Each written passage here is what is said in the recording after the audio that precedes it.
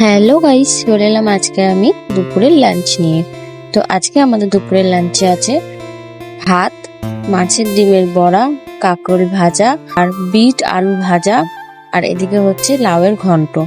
তো সমস্ত কিছু দিয়ে আমি আমার বরকে থালাটা সাজিয়ে দিলাম, দিয়েও খেতে শুরু করে দিয়েছে। আর এদিকে দেখো, আমি এটা মাছের মাথা দিয়ে সব সবজি দিয়ে একটা তরকারি করেছি।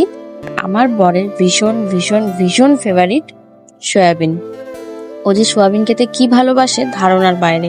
ওকে যদি 3 বেলা প্রত্যেক দিন সোয়াবিন দিয়ে ভাত দেওয়া হয়, ও কোনোদিনও না করবে না। ও সোয়াবিন দিয়েই ভাত খেয়ে নেবে, ওর আর কিচ্ছু লাগবে না, মানে এতটাই ও ভালোবাসে। আর সাথে ছিল আম মাখা। আম মাখাটা ও ভাতের সঙ্গে খেতে খুব ভালোবাসে, আর আমি শুধুটাই ভালোবাসি, ভাতের সঙ্গে আমার অতটা ভালো লাগে না। তাই জন্য দেখো, এদিকে ওকে সোয়াবিনটাও দিয়ে দিয়েছি, দিয়ে আম মাখাটাও দিয়ে দিয়েছি। এই দিয়ে ও খাচ্ছে আর বলছে উফ কি যে দারুণ লাগছে খেতে। আর এদিকে দেখো, আমিও একটু ভাত খেয়ে নিলাম ওর সাথে। তারপরে আমি শুধু শুধু আম মাখাটা খাচ্ছিলাম। আমার ভাতের সঙ্গে যেহেতু ভালো লাগে না, আমার শুধুটাই ভালো লাগে খেতে।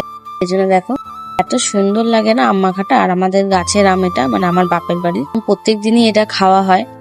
আর দেখো, আমিও খাচ্ছিলাম আর আমার বরকেও খাইয়ে দিচ্ছিলাম। ওকে যতই দাও না কেন, তাও এসে বলবে আমাকে আরেকটুকুনি দাও। সেই জন্য দেখো, আমিও এদিকে খাচ্ছি, ওকেও একটু খাইয়ে দিলাম।